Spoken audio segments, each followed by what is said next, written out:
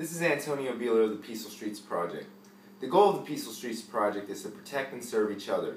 One of the ways we can accomplish that is by not calling the police when dealing with neighborly disputes. If we want to end the police state, it's up to us to take responsibility for our lives and our communities.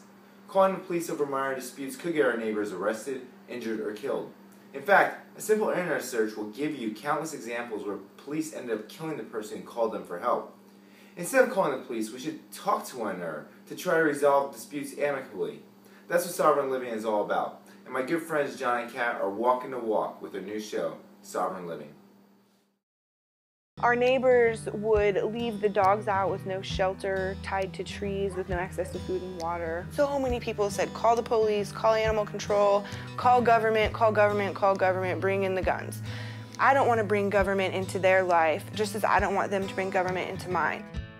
So John went over with a letter. It was typed in English and Spanish, and he basically said, if you cannot provide for these dogs, we will find somebody who can. John went back a few days later and they said, go ahead and take the dog. So our friend Caitlin came over on Sunday, farm day, and she brought the dog home, has gotten it vet care and a full belly, and now it's sleeping on a couch instead of tied to a tree. I'm really feeling bad about Kat being home alone for so long. Not only did the windstorm destroy some of our property and leave a huge mess to clean up, but the power was out for several hours.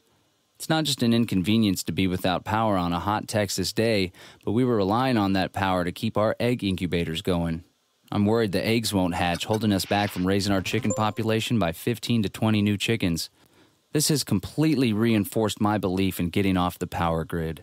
Beyond that, some t-shirts that disappeared from our porch a while back have now blown back into our yard from our neighbor's house, who happen to have a history of stealing from us. This was in a box on our front porch that our neighbors stole. And they came over wearing one of the shirts when they returned our barbecue pit that they stole. I guess that's what you call blowback. These are exactly the kinds of problems that Kat and I believe can be solved without involving the state, relying on community solutions and talking to one another instead. It's time for a challenge. Part of getting off the grid is also getting off the government grid and not relying on the police for every little dilemma that happens within our community. How do we deal with our neighbors who have repeatedly stolen from us and whose dogs have killed our chickens and have been constantly neglected? With all of this in mind, I decided to spend my last day at Bardo meeting some of the other members of the community and trying to gain some insight on how I can help alleviate some of the problems with our neighbors back at home.